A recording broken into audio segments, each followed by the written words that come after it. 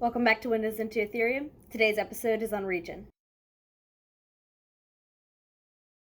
Region is defined as an area or division, especially as part of the country or in the world, having definable characteristics but not always fixed boundaries. If you do urban fantasy or something that's very, very close to the world that we live in, we have our usual 5 biomes: aquatic, desert, grassland, forest, tundra. However, if you're doing high fantasy or epic fantasy, you kind of have a little bit more access to do whatever you want. I'm not necessarily going to get into the biology of it all, but mostly it's subdivided between the amount of rainfall, which affects the flora and the fauna, and temperature, which decides what can grow in the area. Settings are super important. They connect to every aspect of your world. Naturally occurring phenomenon can impact things like architecture, and sometimes even things like religion. How hot or cold it is can affect what type of clothing there is, or what food can be grown there. Interestingly enough, region can actually also impact what the writing system looks like and the alternatives to language that there is. In terms of writing, I'm a little bit of a nerd about this one, but what they have available when they start forming the written form of a language can actually really impact on the way that the alphabet or whatever system that they use looks like.